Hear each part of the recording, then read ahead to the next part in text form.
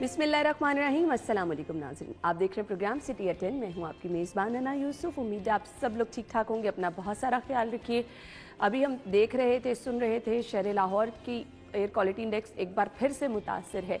So as such तो उस तरह से आपको फील नहीं होगा, क्योंकि अभी हम ऑफ द कैमरा बात कर रहे थे, कुछ हम आदी भी हो गए हैं, कुछ आबो हवा इस तरह की हो गई है कि मेरे ख्याल से हम लोग इसमें रहने के आदी हो गए और महसूस नहीं होता। लेकिन फिर भी बाहर निकलें, अगर आप बाइक पे सफ़र कर रहे हैं तो मास्क का इस्तेमाल यकीनी बनाएं। ये जहरीला धुआं आपके लिए बहुत ज़्यादा ख़तरनाक है, चाहे किसी भी एज ग्रुप के लोग हैं। कम अज़ कम जो सिटी ट्रैफिक पुलिस की मुहिम है, आप हेलमेट का इस्तेमाल ही कर लें, काफ़ी हद तक आप महफूज रह सकते हैं किसी भी किस्म के एक्सीडेंट की सूरत में भी। और थोड़ा सा ये जो हम देखते हैं कि आप एकदम से एक्सपोज हो जाते हैं, गर्द आलूद आबो हवा होती है, थोड़ा सा आप उससे भी महफूज रह सकते हैं। खैर, हमने चलना है प्रोग्राम की तरफ, आगाज़ करना है बाकायदा। 11 बजे इंशाल्लाह जिनकी बर्थडे है उनको हम विश करेंगे, लेकिन इस घंटे का बाकायदा आगाज़ करेंगे आज की टॉप स्टोरी से। पहली खबर, पंजाब में इलेक्शन कब होंगे? गवर्नर हाउस में मुशावरती इजलास बेनतीजा खत्म हो गया।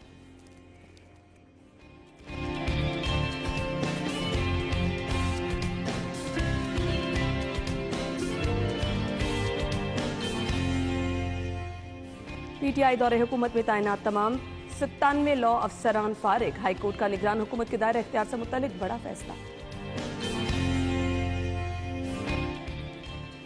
नेस्को का नादहिंदगान के खिलाफ crackdown. Director sports board, food authority headquarters की बिजली मुनक़ता। और गुलशन रावी टी जंक्शन मंसूबा फाइलों में बंद। तल्लत पाक बाबू साबू अंडरपास का मंसूबा भी रोल बैक। खबरें आप जान चुके हैं। हमारे सीनियर रिपोर्टर्स इमरान यूनस और दुर्र नायाब ने आज हमें ज्वाइन किया है। अपने शो में वेलकम कहेंगे। अस्सलाम वालेकुम। वालेकुम अस्सलाम। थैंक यू सो मच, बहुत बहुत शुक्रिया। पहली खबर ये है जी, गवर्नर हाउस में मुशावरती इजलास हुआ जिसका नतीजा कुछ नहीं निकल सका। पंजाब में अब इलेक्शन कब होंगे, बड़ा सवाल। और फिर हर रोज पाकिस्तान तहरीक इंसाफ का ये मुतालबा जोर भी पकड़ता जा रहा है। अगेन मैं ये भी कहना चाहूंगी कि दो बातें साथ साथ कर रहे हैं कि इलेक्शन होने चाहिए, इलेक्शन में धांधली का भी रोना साथ ही रोया जा रहा है। अब आने वाले हालात हैं क्या? इमरान भाई आपसे आगाज कर लेते हैं। देखिए जी, इलेक्शन जो है वो तो सब जानते हैं कि इलेक्शन कमीशन ने कंडक्ट जो है वो कराना होते हैं, लेकिन इसके साथ साथ स्टेक होल्डर्स जो हैं इलेक्शन के होते हैं, जिनके बगैर इलेक्शन का इनेकाद जो है वो मुमकिन ही नहीं है। सबसे पहले अगर बात की जाए, ओबियसली इलेक्शन कमीशन ने जब ऐलान करना होता है तो सबसे पहले जो है वो देखना ये होता है कि जो लोकल इंतज़ामिया है उसका किरदार जो है बहुत ज़्यादा अहम होता है। फिर आपकी जो पुलिस है उसका किरदार बहुत अहम होता है, जिसने सिक्योरिटी प्रोवाइड करनी होती है जी। उसके बाद अगर देखा जाए तो हम अगर बात करें हुकूमत के हवाले से, तो उसने जो है वो बजट देना होता है, फंडिंग करना होती है। पाकिस्तान इस वक्त जैसे हालात है पाकिस्तान में मईशत के, वो सबके सामने है।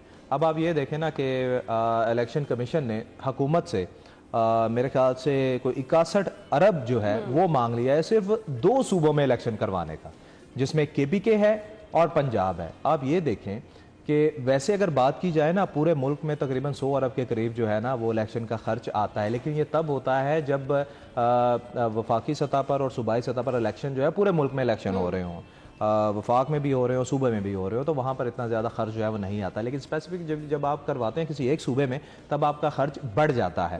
अब आप देखें ना, 61 अरब रुपया जो है वो मांग लिया इलेक्शन कमीशन ने हुकूमत से कि जी आप हमें इतना बजट दें, फिर हम इलेक्शन जो है वो कंडक्ट करवाते हैं। अब आप वही मईशत हमारी इजाज़त नहीं देती। अब इसमें यह देखें, चेयरमैन तहरीक साहब इमरान खान जो कि खुद वज़ीर आज़म रह चुके हैं, मैं हैरान होता हूं कि इन्हें ज़रूरत ही क्या थी ऐसा पंगा लेने की। मैं तो इन्हें यही कहूंगा कि इनका दिमाग जो है, इमरान को हैरान होने की जरूरत है। अब तो इमरान को अपना तज़िया पेश करने की जरूरत है कि उन्होंने ऐसी हरकत क्यों की है। मैं इस पर 3 बातें करना चाहूंगा।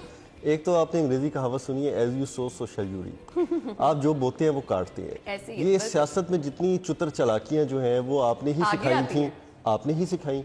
हर चीज़ से वापस भाग जाना, हर चीज़ को कह के उसमें तेज़ी दिखाना, अपने फैसलों पे अमल दरामद ना करना।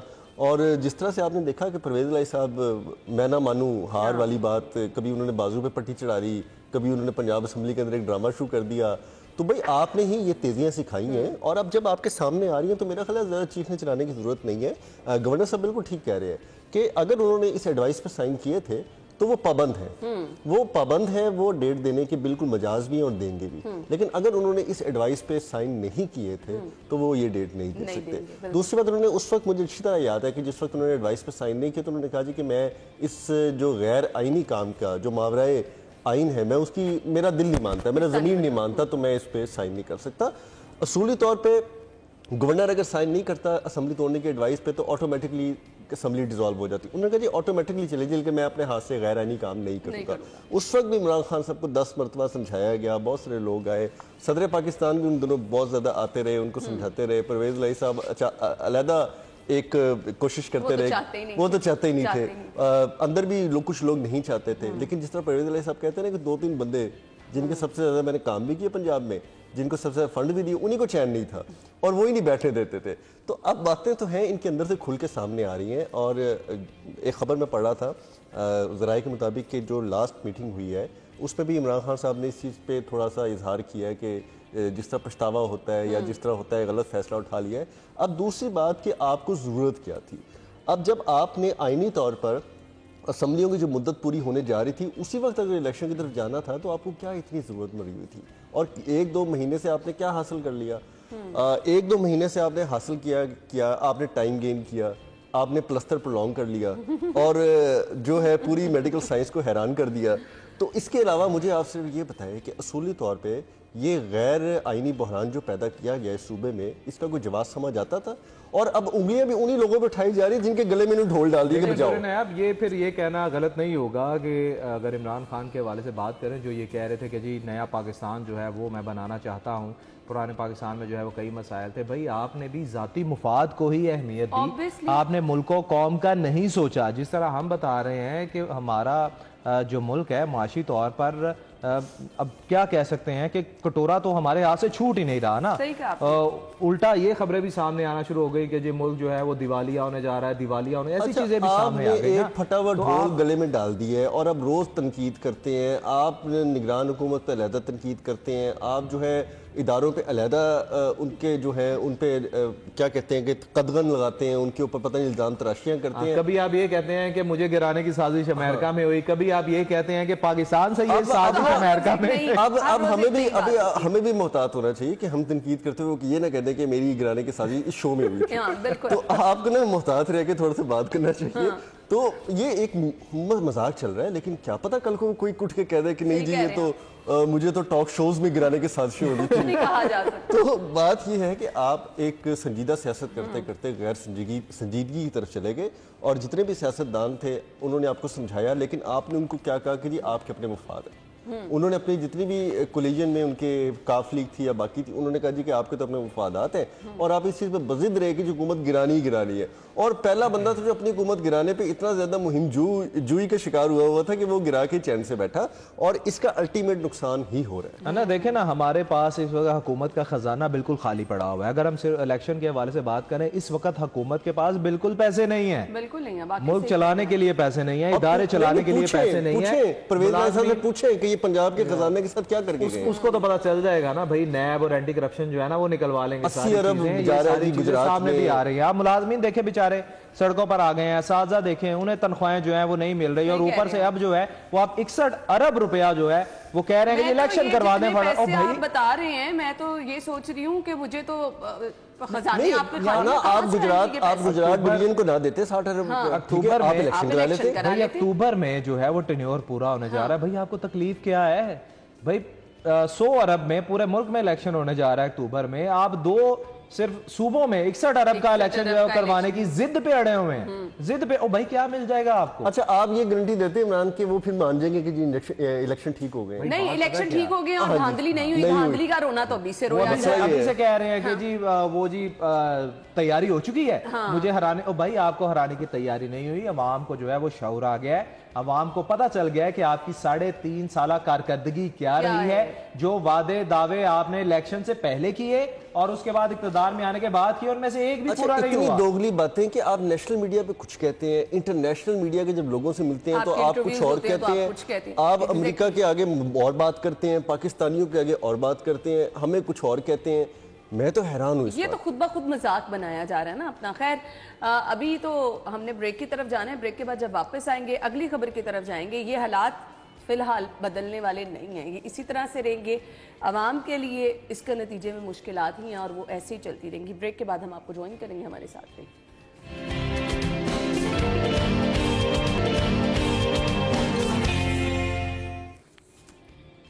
Welcome back. और खबर यह है कि जी निगरान हुकूमत का फैसला दुरुस्त करार दिया गया है। एडवोकेट जनरल समेत 97 लॉ अफसरान बरतरफ किए गए हैं।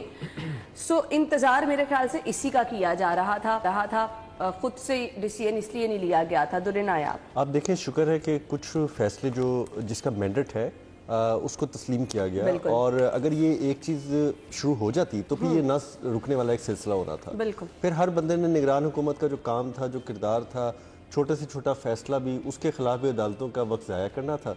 तो ये चीज़ तो बहुत अच्छी स्कोर सेटल हो गया कि जी अब गैर जानबदारी का तकाजा है कि जो पुराने लोग हैं और ख़ास तौर पे जिनके अंदर बहुत ज़्यादा ये एबिलिटी है कि वो सिस्टम के अंदर एक हिंड्रेंस पैदा करेंगे, रुकावटें डालेंगे, तो उनको सबसे पहले आप साइड पे करें।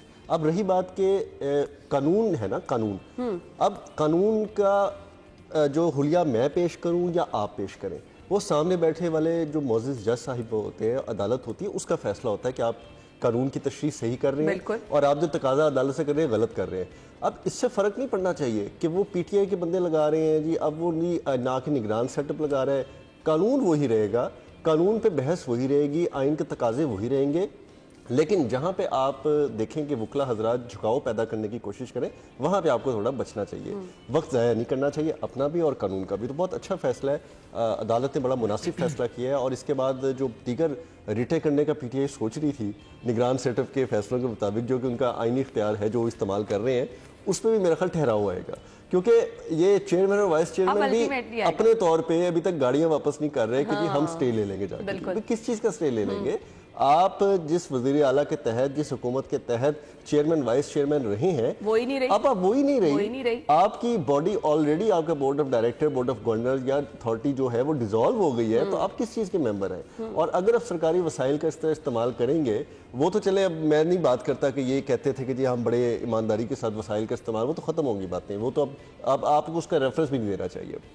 अगर आप इस तरह से करेंगे तो फिर क्या हासिल होगा? मैं खास तौर पे पिछली बार भी जिक्र किया था, वाइस चेयरमैन वासा साहब 550 लीटर पेट्रोल, डबल कैबिन, जबरदस्त मॉडल अभी भी इस्तेमाल कर रहे हैं, अभी भी गाड़ी उनके पास है।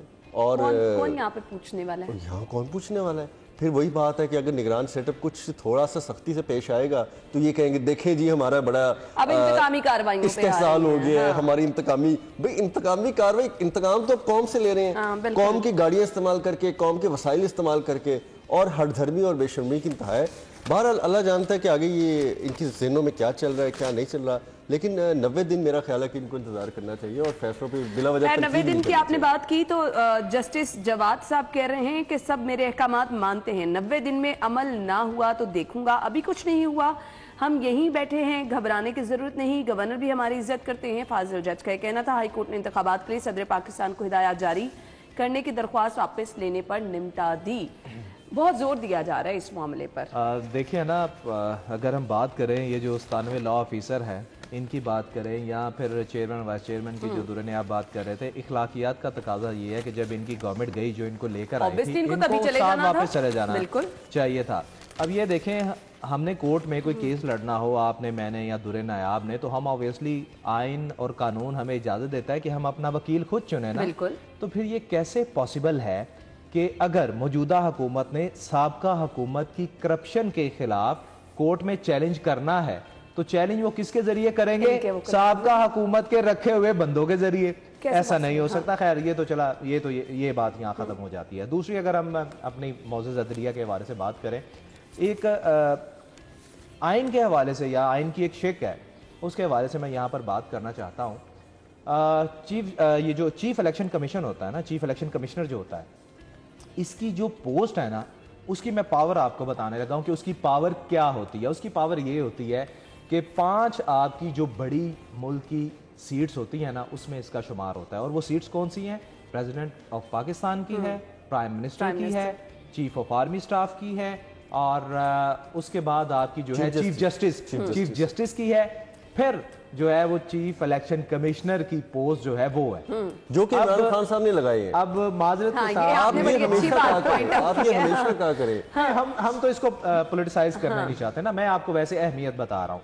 अब जो है अदलिया के हवाले से बात कर रहे हैं ना, तो ये तमाम लोग एक दूसरे को ना हुक्म नहीं दे सकते, ठीक है, रिक्वेस्ट की जा सकती है, कहा यह जा सकता है, ठीक है, अदलिया कह सकती है कि 90 रोज में इलेक्शन करवाएं, लेकिन अदलिया को जो है वो भी ये देखना चाहिए कि जो हम बात पहले कर चुके हैं कि 61 अरब रुपया कहां से लेकर आना है, या तो फिर साबका हुकूमत की जो करप्शन थी ना उनसे वो पैसे निकलवा लिए जाएं। भाई ठीक है, इन्होंने करप्शन की परवेज इलाही दौर में, इन्होंने करप्शन की बुजदार के दौर में, उन्होंने जो करप्शन की वो साबित हो गई, वो पैसे फौरी फौरी लाए, हमने इलेक्शन करवाने हैं, फिर तो चले समझ आती है। यहाँ पर मैंने जैसे पे आपको पहले बताया कि मुलाजमिन सड़कों पर आए हुए हैं, उनको तनख्वाहें नहीं मिल रही, असाजा जो है वो सड़कों पर आए हुए हैं जिन्हें तनख्वाहें नहीं मिल रही, तो भाई आप इलेक्शन की बात कर रहे हैं। बिल्कुल, ये तो हालात है यहाँ पर। खैर ये तो अब हालात बनाए गए हैं इस तरह से, और आवाम के लिए जो है अगेन वही कहना चाहेंगे परेशानी है। लेकिन अभी जो यहाँ पर हम लॉ ऑफ सरान की बात कर रहे हैं, इस फैसले का इंतजार किया जा रहा था, ये होना ही था, लेकिन उसूली तौर पर तो जिस तरह से अपने गुफ्तगू की बनता यही था। लेकिन अब जब अदालत का ये फैसला हुआ है तो खुद ब खुद इनको घरों को जाना ही पड़ेगा। लेस्को की बात कर लेते हैं जी। नादहिंदगान के खिलाफ crackdown, director sports board food authority headquarters की बिजली मुनक़ता की गई है। अब ये नादहिंदगान के खिलाफ जो क्रैकडाउन किया गया है, इनमें से इसी तरह के बहुत बहुत बड़े इदारे हैं जो ऑलरेडी नादहिंदगान हैं, जिन पे हाथ डालना बहुत मुश्किल होता है। दुर्नायाब नहीं, अब क्या ये उनके मीटर उतार के आम शहरी की तरह उसको घर में रखेंगे? वापस लग गए होंगे कल। अब क्या उनको चक्कर लगवाएंगे क्या उस तरह से जो आम शहरी जिसने कोई 2000 बिल देना होता है, मैं तो परेशान हूँ, स्पोर्ट्स बोर्ड पे हाथ कैसे डाल दिया? हाँ, कार्रवाई होती है ना, दिखाने की कार्रवाई होती है कि जी हम 2-4 ऐसे लोगों पे डाल दें हाथ के फौरी तौर पे हो जाए। मेरे पास बहुत ऐसे ऐसे इदारे भी हैं जिन जो पानी के भी नादहिंदगान है, बड़े बड़े ताकतवर इदारे, और ऐसे इदारे भी जो डेफिनेटली डेस्को भी ना दे, उन पे नहीं करेंगे। ये दिखाएंगे थोड़ा सी कार्रवाई कि जी हम बड़ा काम करने लगे हैं। और ज़बान पार्क में बिजली चोरी हो रही थी, वहां तक क्यों नहीं? कितनी खबरें कुंडे दिखाए गए। हमारा रिपोर्टर बेचारा जान पे खेल के वीडियो बनाता रहा, लेकिन क्या लेस्को ने जो वहाँ फैसिलिटेटर बने हुए थे, क्या उस पर उन्होंने कोई एक्शन लिया? क्या वहाँ के एक्सीएम से, एसडीओ से पूछा गया कि आप क्या कर रहे हैं? वहाँ पे जो जितनी फैसिलिटेशन जाती बुनियादों पे की जा रही थी लेस्को की जानिब से, तो क्या ढका छुपा काम था? तमाम रिपोर्टें, तमाम एजेंसियों की रिपोर्टें हुई, मीडिया ने रिपोर्ट किया, लेकिन कोई चक्कर नहीं है। आप क्या करते हैं जी, स्पोर्ट्स बोर्ड में कितना को नादहिंदगी होगी मुझे बताएं। आप अगले इदारों में चले जाए, करोड़ों नहीं अरबों रुपए की नादहिंदा है बहुत सारी ऐसी जगह जिनका नाम लेते शायद हमें भी परेशानी हो जाए। तो आप वहाँ पे जाएं, आप वहाँ पे जाके नोटिस सर्व करें, नोटिस सर्व करके वहाँ से रिकवरी करके लाएं तो बात आगे चलेगी। अब आपने बिजली काटी, बिजली काट के कल ही आपकी बात ठीक है कि उम्मीद है कि कल ही लग गए होंगे, तो आप अब रिकवरी पेश करेंगे कि जी हमने बिजली काटी थी इनकी, लेकिन हमें इसके इतने करोड़ पे रेवेन्यू इकट्ठा आ गया। आप देखें ना, अब मुझे उस दिन एमडी वासा साहब बता रहे थे कि वासा का 97 करोड़ बिल था, 97 करोड़ बिल। शहर में 600 ट्यूबवेल चल रहे हैं और जितनी उनकी तनसीबात चल रही हैं, डिस्पोजल स्टेशन चल रहे हैं, उनको कमर्शियल यूनिट चार्ज किया जा रहा है। वो इस डिस्प्यूट में गए, उनकी बिजली उतार के लगे। हेड ऑफिस वासा गुलबर्ग की 3 दिन बिजली नहीं थी, हम भी खबर दे रहे हो, जनरेटर चलता रहा। अच्छा, बिल आखिर उन्होंने जैसे भी किया, उन्होंने उसको 2 फेजेज में, 1 फेजेज में किस्तें करा के उन्होंने अपना 97 करोड़ का बिल ले ऑफ किया। क्या आप ये रवैया किसी और के साथ भी रखेंगे? क्या पंजाब असम्बली नादहिंदा है, बहुत सारे ऐसे इलाके नादहिंदा है, बहुत सी जगह पर बिजली चोरी हो रही है, क्या आम शहरी की तरह आप उस पर FIR देंगे? क्या आप जमान पार्क में या बाकी जगहों पर कार्रवाई करेंगे? तो ये नहीं करेंगे, ये सिर्फ दिखावे की बातें हैं। 4 दिन आपकी बिजली उतार ली, 4 दिन करीब की, 2 दिन बैलेंस करने के लिए। अगर ये FIR देंगे ना, ये बड़े अच्छे से जानते हैं इनके खिलाफ भी FIRs होंगी। कैसे होंगी वो मैं आपको बता देता हूँ कि कैसे होंगी इनके खिलाफ। बात बिल्कुल इसी तरह है जैसे दुर्नायाब ने बात की कि देखे आम शहरी उस बेचारे को तो अगर 2 महीने का बिल वो जमा ना करवाए ना, शौकिया कोई बिल नहीं जमा करवाता, मजबूरियां होती हैं ना बेचारों को। घर जो माशी सूरत हाल है, फिर कारोबार की जो सूरत हाल है, मुलाजमतों की जो सूरत हाल है, उन बेचारों के पास अगर पैसे ना हो, 2 महीने अगर वो पे ना करे तो उनका बिल जो है ना, बिना उनका मीटर जो है ना बिना बताए उतार लिया जाता है। और चले ठीक है, जहाँ बिजली चोरी होती है वो भी फौरी तौर पर मीटर जो है वो उतार लिया जाता है, अनटिल अनलेस वो बिल ना जमा करवाएं और दूसरा वो दोबारा मीटर लगाने की फीस पे ना करें, उनका मीटर जो है वो नहीं लगता। अब अगर लेस्को के हवाले से बात करें, आपको क्या लगता है कि लेस्को किसी का नादहिंदा नहीं होगा? सबसे बड़ी मैं आपको मिसाल देता हूं कि लेस्को सबसे बड़ा नादहिंदा जो है ना वो सिटी डिस्ट्रिक्ट गवर्नमेंट का है। पूरे शहर में जितने ये सड़कों पर पोल लगे हुए हैं ना लाइटों के, उसका किराया तो ये देते नहीं है सिटी डिस्ट्रिक्ट गवर्नमेंट को। आप कह रहे हैं यहाँ आवे का उनका किराया तो अब सिटी डिस्ट्रिक्ट गवर्नमेंट क्या करे, क्या वो जाके सारे खंबे उतार दे? नहीं, अब वो कहते हैं कि पीएसएल में हम लाइटें लगाते हैं तो पीसीबी हमें पैसे नहीं देती। पीसीबी हमें। अब बात पता है क्या है, ये देखें लेस्को को अगर लाइन लॉसेज होते हैं या इनके पास बजट नहीं होता या बेचारों की रिकवरी नहीं होती, देखे शहर में जहां जहां बिजली चोरी होती है ना, सबको पता है, बड़े बड़े माफिया जो है उनके खिलाफ ये हरकत में नहीं आते। और किस अमले को ये प्रोटेक्ट करते हैं? उस अमले को प्रोटेक्ट करते हैं जिसको माहाना बिजली फ्री दी जाती है। ये अपने एम्प्लॉयज को 500,000 यूनिट जो है वो क्यों देते हैं भाई? सबसे पहले तो मैं कहता हूं कि कोई जो है वो कोर्ट में जाए और जाके कहे कि भाई ये किस बेस पे अपने मुलाजमीन को 500 यूनिट फ्री देते हैं या 1000 यूनिट फ्री देते हैं, ठीक है ना? आप इस चीज को तो रोके। उसके बाद आप क्या करते हैं, शहर में जहां आपने बिजली चोरी करवानी है आप करवाते हैं, ठीक है? या तो आप ये करें, आपने सिटी डिस्ट्रिक्ट गवर्नमेंट, और जिस तरह दुरे ने आप बात कर रहे हैं कि ये लेस्को के भी ना दरिंदा होंगे मेरे ख्याल से, अगर आप उनके पैसे दे रहे हैं, ठीक है, तो फिर आप जो है वो धड़ल्ले से बाकियों के भी मीटर उतारें। हालात तो यहाँ ये, मैं यहाँ पर ना एक छोटी सी बात जो है वो लाजमी करना चाहूंगा ना। देखें जिस वक्त जैसे हमारा मुल्क चल रहा है ना, ये मुतहम्मिल ही नहीं है कि अगर मुलाजमीन जो है सिर्फ लेस्को के नहीं, किसी भी सरकारी इदारे के जो मुलाजमीन है ना, उनको इतना रिलीफ नहीं मिलना चाहिए। बिजली देखें हमारा मुल्क जो है प्रोड्यूस ही नहीं कर रहा, और उल्टा जो बिजली मौजूद है, आप अपने एम्प्लॉयज, अपने अफसरान को, ठीक है, आप पेट्रोल दें, किराए पे घर दें, जो मर्जी दें, ठीक है, लेकिन यार ये कम से कम बिजली जो फ्री देते हैं ना, ये नहीं देनी चाहिए। इसको आप खत्म करें। हालात ये हैं, आगे आपको बिजली नजर नहीं आ रही है, गैस आप आईएमएफ के कहने पे महंगी कर रहे हैं, यहाँ पे ब्यूरोक्रेसी के लल्ले तलल्ले मौजे उस तरह से चल रही हैं, कोई पूछने वाला नहीं, कोई रोकने वाला नहीं, तंगी और वो जो कर्जे आपने उतारने हैं वो सिर्फ और सिर्फ आम आदमी की जेब से निकलते रहेंगे, और ये सिलसिला ऐसे ही रहना है। ब्रेक के बाद हम आपको ज्वाइन करेंगे हमारे साथ ही।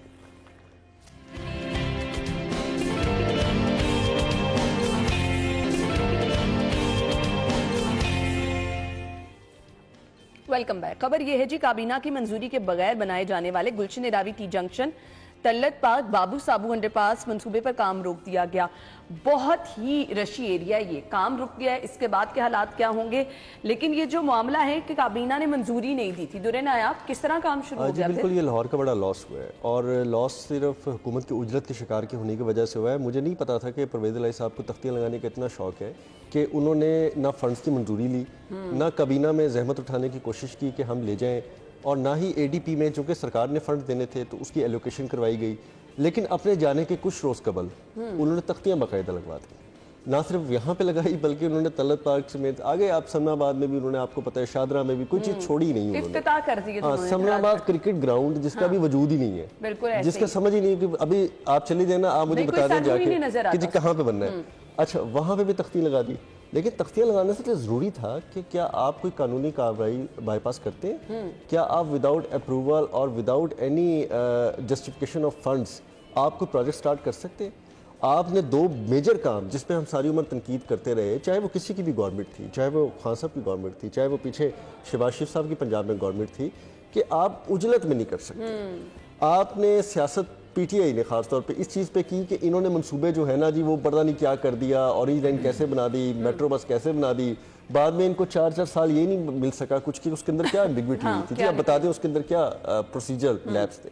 तो प्रोसीजर लैब्स कभी भी नहीं किया जाता। प्रोसीजर लैब्स कहीं ना कहीं खुलता है और वो आपका एंटी करप्शन लैब का केस बनता है।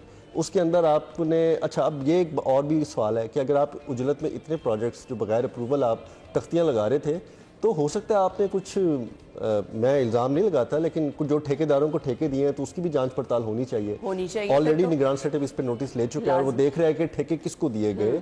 गुजरात में 60 अरब के काम थे, वो कौन कर रहा था, एडवांस पेमेंट्स किसको हो गई, तो ये तो चलेगा। लेकिन ये मैं समझता हूँ कि लाहौर के लिए बड़ा लॉस हुआ है कि ऐसे प्रोजेक्ट्स जो अच्छे थे आपने उठाए और उजलत में उनकी अप्रूवल सिर्फ ना देने से आपने उनको शेल्फ कर दिया। अब निगरान सेटअप तो कोई ऐसी अप्रूवल ना दे सकते, ना वो शुरू कर सकते हैं, लेकिन आपने संगे बुनियाद रख दिया, अब फिर ना ही समझे इन पे काम तो नहीं होने वाला। देखिए, गुलशन रावी लिंक बाबू साबू के हवाले से अगर बात करें, वहाँ पर जितना ट्रैफिक फ्लो रहता है, जितना ट्रैफिक रश रहता है, वहाँ पर इस चीज़ की अशद ज़रूरत थी। लेकिन साहब का हुकूमत के हवाले से अगर बात करें, उसकी उजलत ने, और जो है वो उसकी उजलत ने जो शहर के बड़े मंसूबे थे उनके साथ खिलवाड़ जो है वो नो डाउट किया है।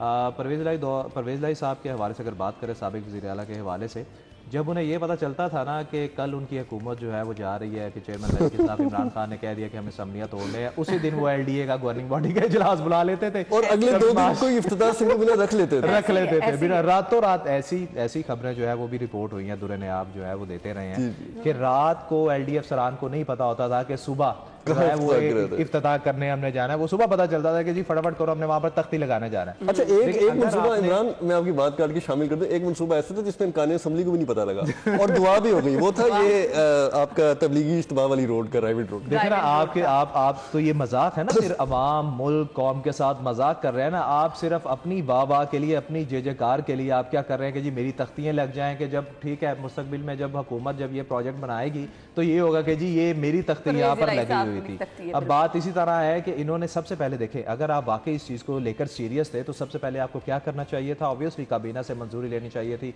फाइनेंस डिपार्टमेंट से ये डिस्कस करना चाहिए था। लेकिन आपने क्या किया? आप तो बिल्कुल हाकिम ऐसे बन गए कि यहाँ पर जो है वो एक शाही हुकूमत है कि बस आपने एक हुक्म दे दिया और ये सारा कुछ हो गया।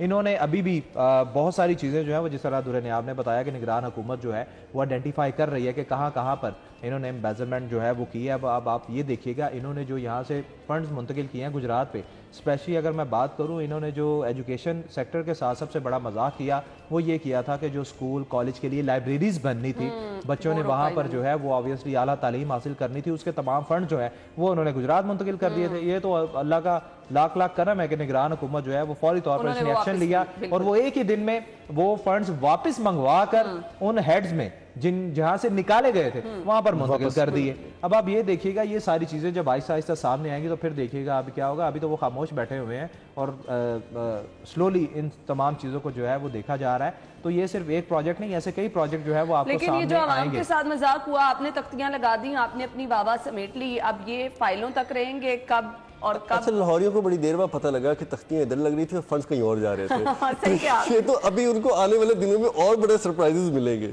ऑनेस्टली। अब आपने डरा दिया। नहीं, इसलिए मैं डरा रहा हूँ, इसलिए डरा रहा हूँ कि अगर निगरान हुकूमत का कोई इंतकामी कार्रवाई होती तो आज मैं आपके सामने 1000 खबरें डिस्कस कर रहा हूँ, जो ये प्रोसीजर लैप्स करके गए और जो चीजें ये करके गए।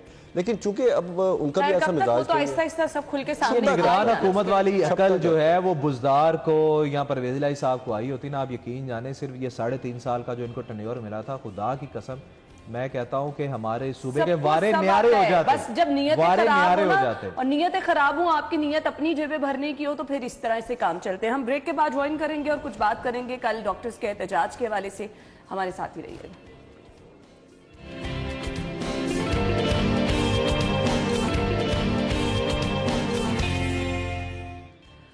Welcome back. और कल हमने बताया था आपको सबसे बड़ी दर्सगाह भी, सबसे बड़ी इलाजगाह भी, जिसके हालात आपके साथ डिस्कस किए थे कि ना अद्वियात हैं और डॉक्टर्स के आज मसाइल सुन लें जी। 300 से ज्यादा डॉक्टर्स तनख्वाहें ना मिलने पर एहतजाज कर रहे हैं, सर्जिकल टावर का रास्ता ब्लॉक कर दिया, नारेबाजी की, अलामती धरना, इंडोर बंद, मरीजों की आमदरफ्त मुतासर।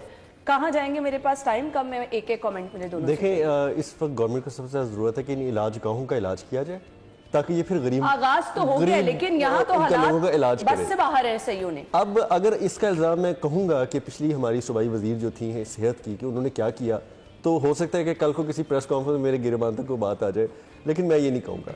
मैं ये कहूंगा कि जो भी साहिबा हैं जो इन डॉक्टर्स के धरने में बैठा करती थी, अब वो दोबारा बैठेगी, लेकिन वो ये नहीं कहेंगी कि मैं थी, चूंकि पिछले इतने सालों से हम बैठे थे, हमें ना छेड़ा जाए। लेकिन आज जो आप बैठे हैं ना, आज आप जी सड़क ब्लॉक कर दें, जेल रोड बंद कर दें, आज आप नहर पे खड़े हो जाए, आप सब कुछ कर दें, आज सब कुछ हो जाएगा।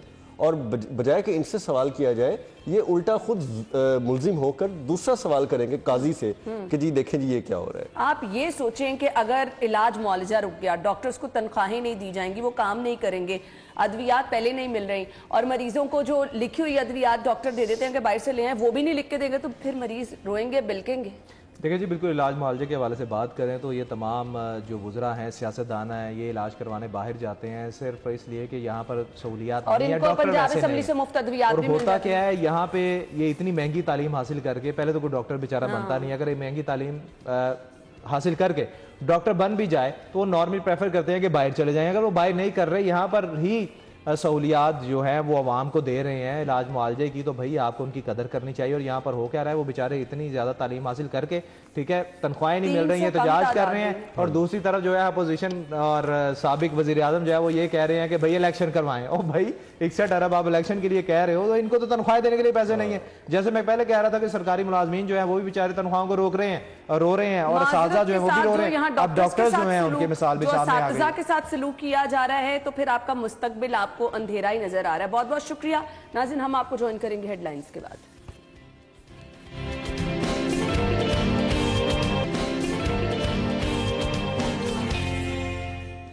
Welcome back. एक बार फिर से आपको शो में खुशामदीद कहेंगे। आज का शो स्पेशल कुछ इसलिए भी है कि आज बात होने वाली है आपके मसाइल के हवाले से। शहर लाहौर नो डाउट बड़ा शहर है और यहाँ पे मसाइल भी बहुत बड़े बड़े हैं। अब वो चुटकी बजाते तो ख़त्म होने नहीं वाले हैं। निगरान सेटअप जब से आया हम देख रहे हैं कि वो चाहे हेल्थ के मामलात हैं, चाहे तालीम के मामलात हैं, या शहर में दीगर मामलात हैं, उनके लिए जी कम अज़ कम कोशिशें होती हमें नज़र आ रही हैं।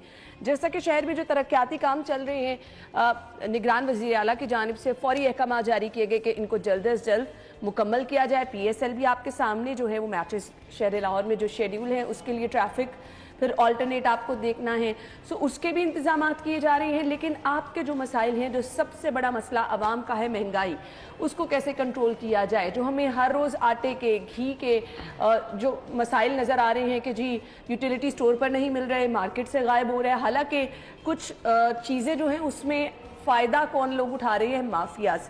इनको कंट्रोल करने के लिए हमारी ज़िले इंतज़ामिया कितनी मुतहरिक है। तजावुज़ात का मसला शहर लाहौर का एक बहुत बड़ा मसला है। इसके अलावा शहर के दीगर मसाइल और इसके साथ साथ शहर में पोलियो मुहिम की कामयाबी के लिए क्या क्या इकदाम किए जा रहे हैं। और कुछ कब्रिस्तानों में कुछ सफाई सुथराई और जगह कम पड़ने के हवाले से भी DC साहिबा ने बहुत बड़ा इकदाम उठाया है। तो शहर के तमाम मामलात को खुश उसलूबी से सरअंजाम देना कितना बड़ा चैलेंज है, किस तरह से अंजाम दिया जा रहा है, आवाम की बेहतरी के लिए क्या क्या चीज़ें होने वाली हैं। DC लाहौर साहिबा ने हमें ज्वाइन किया है, अपने शो में वेलकम कहेंगे। अस्सलाम वालेकुम। वालेकुम सलाम। थैंक यू सो मच, बहुत बहुत शुक्रिया आपके वक्त के लिए। अभी कुछ ही टाइम हुआ है चार्ज आपको संभाले हुए, मसाइल बहुत ज़्यादा हैं, कैसे देखती हैं इस चैलेंज को?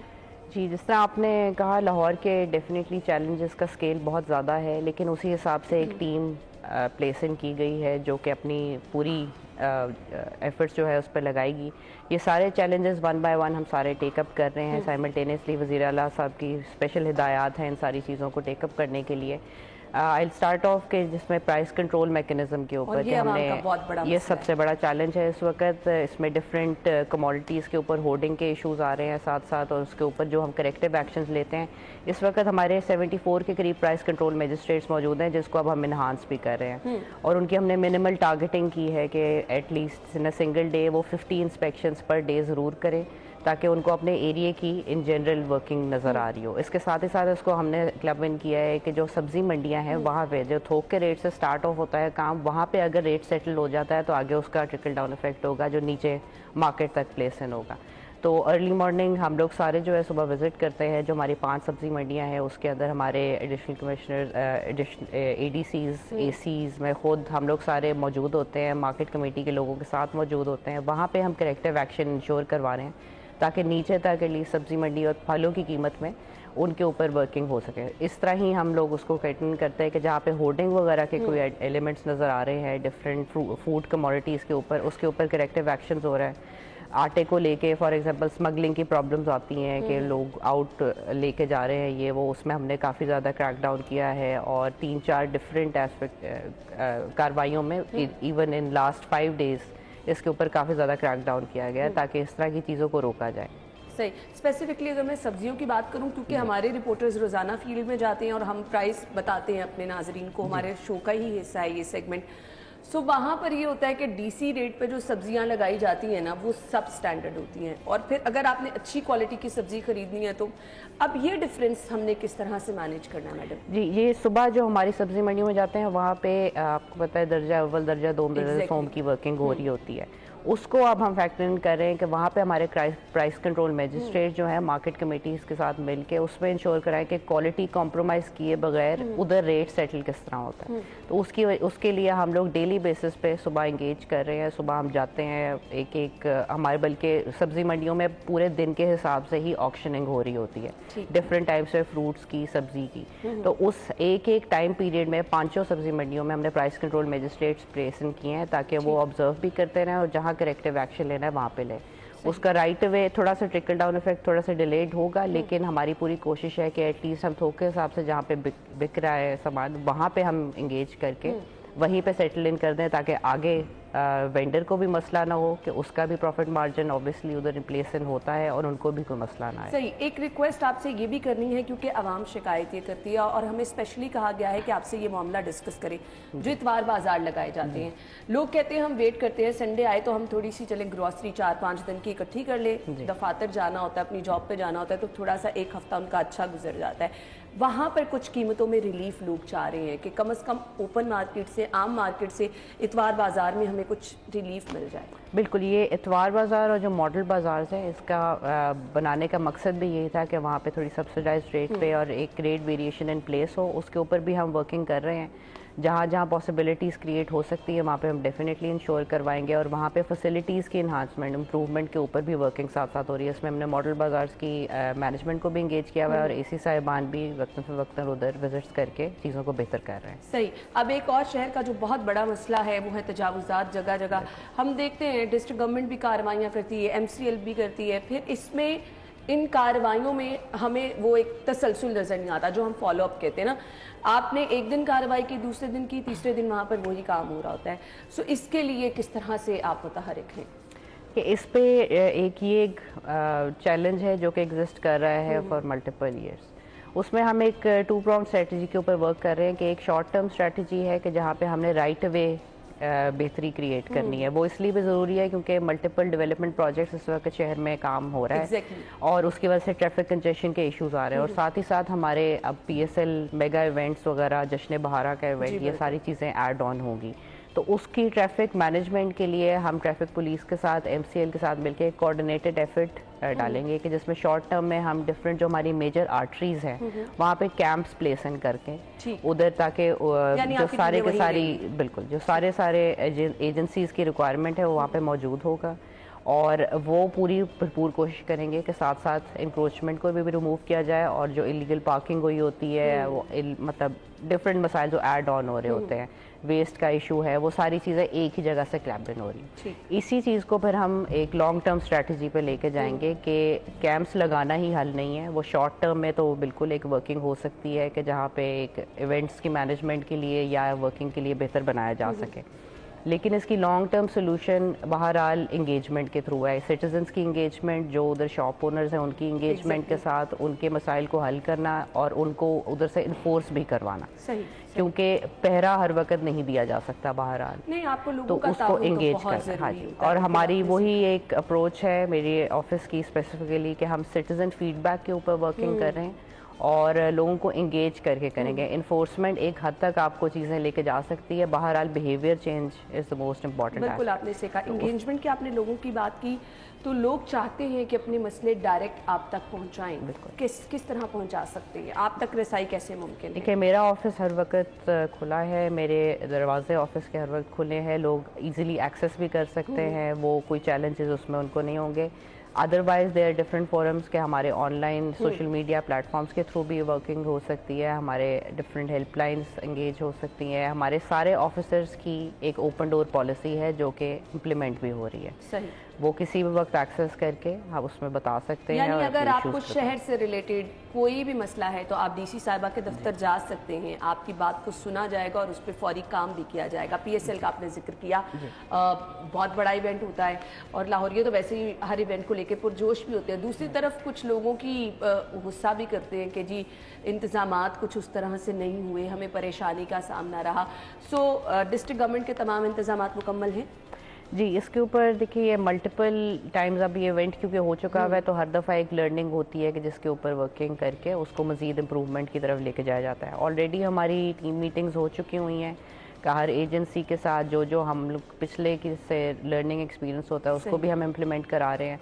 जो चीज़ें अभी होने वाली हैं, अभी 22 से इंशाल्लाह हमारे पास टीम्स आना शुरू हो जाएंगी और उससे पहले हम कंप्लीट इंतजामात कर देंगे। इसमें सारी एजेंसीज इन्वॉल्व होती हैं, इसमें सिविल डिफेंस है, LWMC है, PHA है, पुलिस की रिक्वायरमेंट होती है, सिविल एडमिनिस्ट्रेशन, इन एंटायरिटी हर हमारा जो है सेक्टर इंगेज्ड होता है। तो उसके लिए हमने पूरी जो तैयारी है वो उसके ऊपर वर्किंग हो रही है और उसको हम 22 से पहले इंशाल्लाह इंश्योर करेंगे कि चीज़ें इन प्लेस हो। इंशाल्लाह हम भी दुआगो हैं। और थोड़ा सा अगर आपको भी दिक्कत का सामना रहता है तो नाज़रीन, अगर आप चाहते हैं कि हमारे शहर में इस तरह रौनकें रहें तो थोड़ा सा टाइम आपको भी देना है, थोड़ा सा ताउन आप लोगों को भी करना है, थोड़ी सी दिक्कत आप लोगों को भी बर्दाश्त करनी है।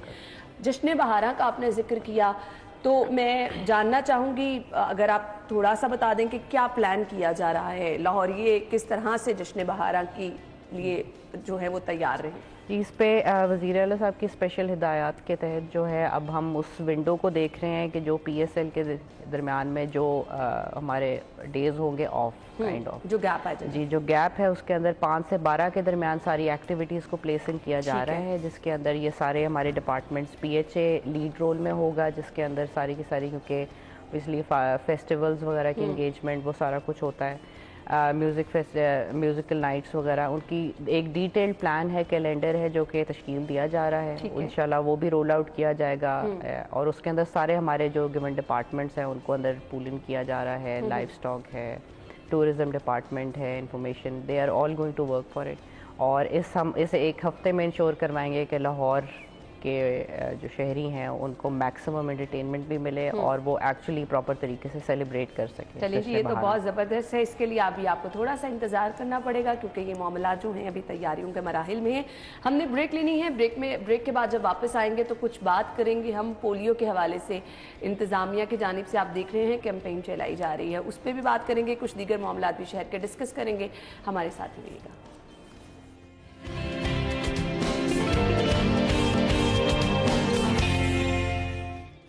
Welcome back. DC Lahore Afia Haider Sahiba हमारे साथ मौजूद हैं और शहर के मामलात पे हम गुफ्तगू कर रहे हैं। पोलियो से पाकिस्तान हम सबका ख्वाब है और हम सबको इसके लिए मेहनत करनी है। DC साहिबा, अभी जो कैंपेन चल रही है, कैंपेन्स तो बारहा चलती हैं, कहीं ना कहीं कुछ मसला रह जाता है। सो इस दफ़ा कैंपेन को आप देख रही हैं, किस तरह चलाई जा रही है? जी, इस दफ़ा ये एक स्पेशल कैंपेन है क्योंकि अनफॉर्चुनेटली लाहौर के पॉजिटिव सैंपल्स आए थे पिछली कुछ कैंपेन्स में। तो ये स्पेशल कैंपेन है जो कुछ डिस्ट्रिक्ट्स में इस वक्त रन हो रही है। इस वक्त हमारा टारगेट है अराउंड 21 लाख बच्चों को वैक्सीनेट करने का। उसमें पोलियो ड्रॉप्स जो हैं वो पिलाए जाएंगे। 6000 से ज़ायद टीमें इस वक्त हमारी मौजूद हैं और हम लोग इंश्योर करा रहे हैं कि वो इन टाइम फील्ड में एक तो डिप्लॉय हों और अपनी पूरे जो माइक्रो प्लान्स हैं उनको प्रॉपरली फॉलो करें। अल्हम्दुलिल्लाह जो माइक्रो प्लान की फॉर्मेशन है लाहौर के लिए वो काफ़ी बेहतर बनी हुई है और उसमें उसको फॉलो अप करना इज़ की। तो उसमें हमारे AC साहिबान, मैं ख़ुद भी फील्ड में होती हूँ, AC साहिबान हमारे उसमें निकल रहे हैं। जो हेल्थ टीम्स को फैसिलिटेशन रिक्वायर्ड है वो दी जा रही है। रिफ्यूज़ल केसेस अल्हम्दुलिल्लाह अभी तक नहीं कोई भी उस तरह से फैक्टर इन हुए, जो हुए थे उसको हमने टाइमली इंगेज करके वहाँ पे उनको प्रोसेस आउट कराया है। और डेली हम टीम मीटिंग्स लेते हैं जो कि फिर हमारे UC लेवल, फिर टाउन लेवल और फिर डिस्ट्रिक्ट लेवल पे वो वर्कआउट होती है। एक्सटर्नल मॉनिटर्स हमारे साथ इधर जो टीम डोर टू डोर जाती है उनके अलावा क्या ये फैसिलिटी दी गई है कि हर इलाके की सतह पर कोई कैंप्स लगा दिए जाएं, करीबी अस्पताल में भी पूरा दिन ये फैसिलिटी रहती है ताकि वो बच्चे जो रह जाएं या स्कूल्स में हों या फिर पेरेंट्स कहीं आए गए हों तो वो जो टाइम मिस हो जाता है अपने करीबी किसी भी जगह सेंटर पे जा सकते हैं? डोर टू डोर के अलावा ट्रांजिट पॉइंट्स हमेशा बनाए जाते हैं। वो परमानेंट कैंप्स होते हैं जहाँ पे ये फैसिलिटी अवेलेबल होती है। स्कूल्स की हद तक हम स्पेशल एक्टिविटीज़ भी करवाते हैं जहाँ पे स्कूल में फॉर एग्जांपल एग्जाम्स वगैरह की वजह से मिसिंग हो, वहाँ पे नेक्स्ट डे फॉलो अप किया जाता है। तो एक पूरी टेली शीट के तहत जो माइक्रो प्लान के तहत वर्किंग होती है उसमें फॉलो अप भी किया जाता है कि जहाँ पे मिस्ड हो वहाँ पे नेक्स्ट डे या सेम डे उसी दिन एक्टिविटी कराई जाती है ताकि मैक्सिमम बच्चों को रीच आउट किया जा सके। सही। इसमें स्पेशल एक्टिविटी हम उन ट्रांजिट पॉइंट्स पे भी रखते हैं जिस तरह लारी अड्डे हैं, बस अड्डा वगैरह होते हैं। बहुत ज़रूरी है हमारे जो शहर के दाखिली खारजी रास्ते हैं, बस अड्डों पे ये सहूलियात मिल जाए, आपके रेलवे स्टेशन पे ये सहूलियात मिल जाए तो फिर काफ़ी हद तक यहाँ पे स्पेशल टीम्स बाय डिज़ाइन रखी जाती हैं क्योंकि लाहौर में इनफ्लो काफ़ी ज़्यादा है। सही। एक्सेस हो रहा होता है, डिफरेंट सिटीज़ से लोग आ रहे होते हैं तो यहाँ पे स्पेशल टीम्स डिप्यूटेड होती हैं जो जो कि डे एंड तक रात को भी उधर एक्टिविटी कर रहे होते हैं ताकि मैक्सिमम बच्चों को उसके अंदर वैक्सीनेट किया बिल्कुल। जाए। अच्छा, छोटे छोटे इश्यूज जो शहर के हैं जिनमें हम अक्सर लोगों की शिकायत सुनते हैं, स्ट्रीट लाइट के इशू हो गए, गटरों के ढक्कनों के इशू हो गए, इससे बहुत ज़्यादा अफसोसनाक वाकयात भी हुए हैं, इन पे भी काम किया जा रहा है। ऑल्दो ये MCL का भी काम है, सो ताउन तो डिस्ट्रिक्ट गवर्नमेंट का रहता ही होगा। देखिए, ये हमारे ऑफिस के थ्रू वो कोऑर्डिनेशन जो है वो डेफिनेटली हम लोग कर रहे हैं, इन प्लेस कर रहे हैं। ये सारे इसके लिए स्पेशलाइज्ड इदारे हैं, लेकिन उनकी एक कोऑर्डिनेटेड मूवमेंट ज़रूरी होती है। जहाँ जहाँ हमारी असिस्टेंस उनको रिक्वायर्ड होती है वो हम बिल्कुल कर रहे हैं, और उसमें लीड रोल में फिर हम उनके साथ शाना बशाना होते हैं। इसमें LWMC है, वासा है, MCL है, PHA है, ये मेन 4 टीयर्स बन जाते हैं जिन्होंने सर्विस डिलीवरी और आउटलुक ऑफ द सिटी के ऊपर वर्किंग होती है। तो इनके साथ हमारी प्रॉपर भरपूर इंगेजमेंट है। मैक्सिमम हम फैसिलिटेशन क्रिएट करेंगे सर्विस डिलीवरी के लिए, ताकि सिटीजन्स को जो जो फैसिलिटीज़ प्रोवाइड हो सकती हैं उसके ऊपर उस पर काम किया जाए। बहुत अफसोस के साथ ये कहना पड़ता है कि लोगों को यहाँ से खुदा न खास्ता कोई फौतगी हो जाती है, वहाँ पर कब्रिस्तानों के लिए जगह लेना, फिर वो पैसे अरेंज करना। ख़ास आपने मीटिंग एक हेड की है, मुझे बताइएगा कौन कौन से उसमें अहम फैसले हुए हैं? जी, ये वज़ीर आला साहब की स्पेशल हिदायत पे हमने लाहौर पे फोकस वर्किंग की है। इधर आबादी के हिसाब से प्लेसमेंट जो कब्रिस्तान है वो उसमें कमी की बार बार कंप्लेंट्स आती हैं।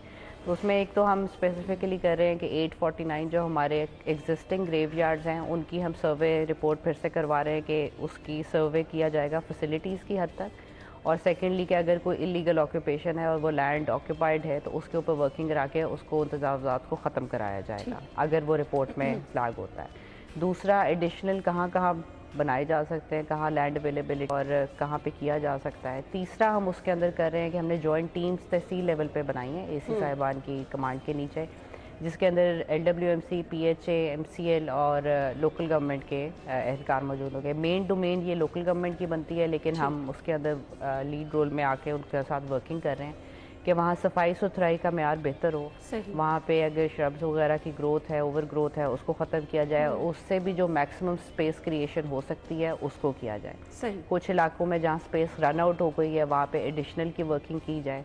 इसी से एफिलिएटेड एक प्रोजेक्ट है शहर खामोशा का, जो कि अथॉरिटी के तहत रन होता है। इस वक्त एक मौजूद है, उसके अंदर स्पेसिफिक डायरेक्शंस जो हैं सीएम साहब की यही थी कि उसके अंदर जो बाकी बनने हैं उसके ऊपर लोकल गवर्नमेंट काम करे, उसकी स्पीड अप एक्सपेडाइटेड वर्किंग जो है उसको इंश्योर किया जाएगा, उसकी सुपरविजन वगैरह जो है उसको हम देखेंगे, और मैक्सिमम फैसिलिटेशन जो लोगों को दी जा सकती है उसको इंश्योर किया जाएगा। इंशाल्लाह हम चाहते हैं कि लोगों के मसाइल इसी तरह से हल हो। DC सोना लाहौर पे कमिश्नर साहब ने बात की, सो इस पर क्या प्लान किया जा रहा है? इसमें तो फिर बहुत सारी चीज़ें शामिल हो जाती हैं, आपने शहर की सफाई सुथराई भी देखना है, हॉर्टिकल्चर और तमाम चीज़ें शहर में देखनी है, सो आप इस मुहिम को देख रही हैं?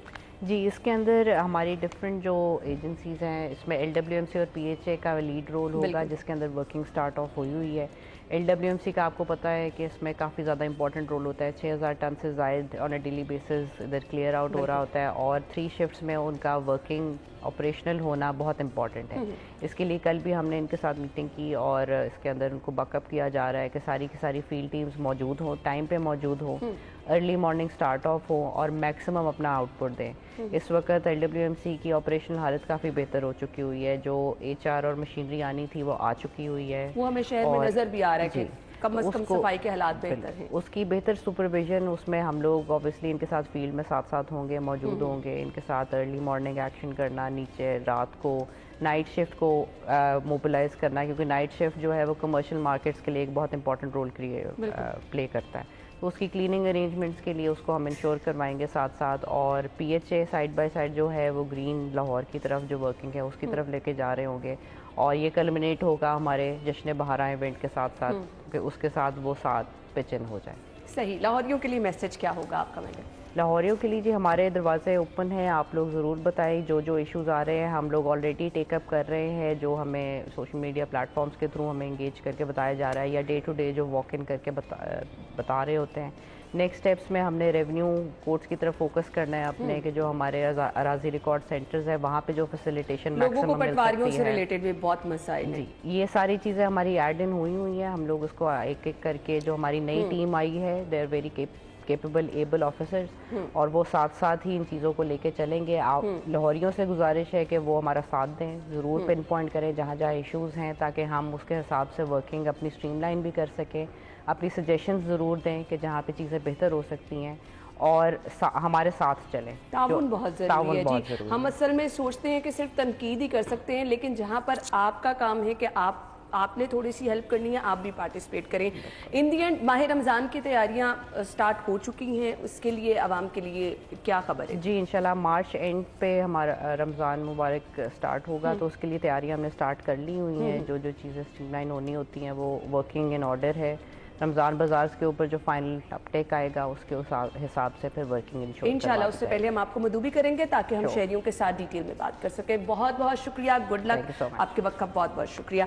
नाज़रीन, अगेन आपसे ये कहना चाहूँगी, शहर के जितने भी इंतजामी मामला है, DC साहिबा ने कहा उनके दफातर जो हैं वो खुले हैं, आप जा सकते हैं, शिकायत कर सकते हैं, लेकिन ज़रूर अपना ताउन भी कीजिए। ये हमारा शहर है, इसका ख्याल भी हमने रखना है, इसको साफ़ सुथरा भी हमने रखना है। जहाँ कहीं मसाइल हैं उनका हल भी हम सबको मिलकर ही निकालना है। हम एक ब्रेक के बाद आपको ज्वाइन करेंगे, हमारे साथ ही रहिएगा।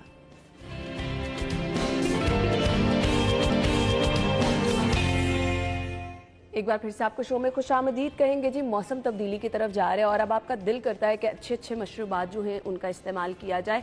वो लोग जो कि स्किन के हवाले से बहुत ज़्यादा मतलब केयरफुल रहते हैं कि उनकी स्किन अच्छी नज़र आनी चाहिए, मर्द, ख़वातीन, बच्चे, सबके लिए। आज हम बात करने वाले हैं जूसेस की आफादियत पर। अब जूस आप किसी भी फ्रूट का लें या फ्रूट का आप इनटेक करें, वो दोनों चीज़ें जो हैं बेहतर हैं, लेकिन अक्सर मैंने लोगों को, माहिरीन को, माहिर ग़िज़ाइयत जो होते हैं, डॉक्टर्स हजरात होते हैं, कहते सुना है कि आप अगर डायरेक्ट फ्रूट का इस्तेमाल कर लेंगे तो वो ज़्यादा बेहतर होगा। लेकिन क्योंकि बदलते मौसम में आपको मशरूबात भी चाहिए होते हैं, तो मैं चाहती हूँ कि आप वो मशरूब इस्तेमाल करें जो आपकी सेहत के लिए भी अच्छा हो। खैर, अभी आप गाजर का जूस, उसकी अफादियत पे बात करेंगे, और इसके बाद जी ऑरेंजेस अवेलेबल हैं, उसके जूस की अफादियत पे बात करेंगे। दीगर मशरूबात की अफादियत पे भी हम बात करेंगे, कैसे और किस टाइम पे आप इसका बेहतरीन इस्तेमाल कर सकते हैं। वो लोग जो कि डाइट कॉन्शियस हैं उन्हें किस तरह से जूसेस का इस्तेमाल करना है। ज़ैनब गोंदल ने हमें आज के शो में ज्वाइन किया है, माहिर ग़िज़ाइयात, अपने शो में वेलकम कहेंगे। अस्सलाम वालेकुम ज़ैनब। वालेकुम अस्सलाम। क्या हाल चाल है? अल्हम्दुलिल्लाह, बिल्कुल ठीक ठाक। थैंक यू सो मच, बहुत बहुत शुक्रिया। ज़ैनब, मुझे बताइएगा, जूसेस चाहे हम किसी भी फ्रूट के, अल्लाह ताला ने ये कुदरती फल हैं, इनमें बहुत ज़्यादा अल्लाह ताला ने ग़िज़ाइयत रखी है, अहमियत क्या है इनकी? सबसे पहले तो जो हमारा सीज़न बदल रहा है ना, अब सर्दी से गर्मी में हम जा रहे हैं, हमें पानी पीने की आदत बिल्कुल भूल चुकी है, और हमारी स्किन भी पिंपल्स और हमारी ख़राब हो रही है, बहुत ज़्यादा डिहाइड्रेशन में जाना। इवन अक्सर लोगों को जो फ्लू और गला ख़राब हो रहा है वो भी इसी वजह से हो रहा है, क्योंकि पानी बिल्कुल नहीं पी रहे, हमारी स्किन ड्राई है, बॉडी बहुत ज़्यादा ड्राई है। तो उसमें जूसेस जो हैं वो अपना बहुत अहम किरदार अदा करते हैं, क्योंकि जो जूसेस है, आप कह लें अगर हम एक गिलास जूस ले रहे हैं तो वो 2-3 गिलास पानी का जो काम है वो कर सकते हैं हमारी बॉडी पे, क्योंकि उतना टाइम वो हमें जो है वो हाइड्रेटेड रखेंगे। अब जो बेहतरीन जूस, आपने मज़े मज़े के जूसेस के नाम पहले ही ले लिए हैं, जैसे गाजर का जूस है हमारे पास, ऑरेंज का जूस है, और उससे ज़्यादा शादी सीज़न भी चल रहा होता है तो उसके अंदर ABC जूस जो है मैं उसको बहुत ज़्यादा रिकमेंड करती हूँ। एप्पल, बीटरूट और कैरेट। अगर एक एप्पल, आधा बीटरूट और आप जो है वो 2 से 3 कैरेट्स का इस्तेमाल करें तो भरपूर है ग़िज़ाइयत भी इसमें। रेड ब्लड सेल्स आपके लिए बहुत अच्छे, आपकी स्किन को बहुत अच्छा निखारता है, और एक जो ग्लो हम कहते हैं ना, इनर ग्लो कैसे आता है, वो ऐसे आता है, अगर आप अच्छा खाओगे तो वो अच्छा ही नजर आएगा। उसके अलावा ऑरेंजेस जो है हमारे पास एक्सेस में अवेलेबल भी होते हैं। विटामिन C से बहुत ज़्यादा भरपूर, खाने में, लगाने में हमारी कुव्वत मुदाफ़ियत को बहुत ज़्यादा जो है वो स्ट्रॉन्ग करते हैं। एक लोगों का माइंडसेट ये है कि ऑरेंज जूस से गला खराब हो जाता है, क्या वाकई ऐसे है?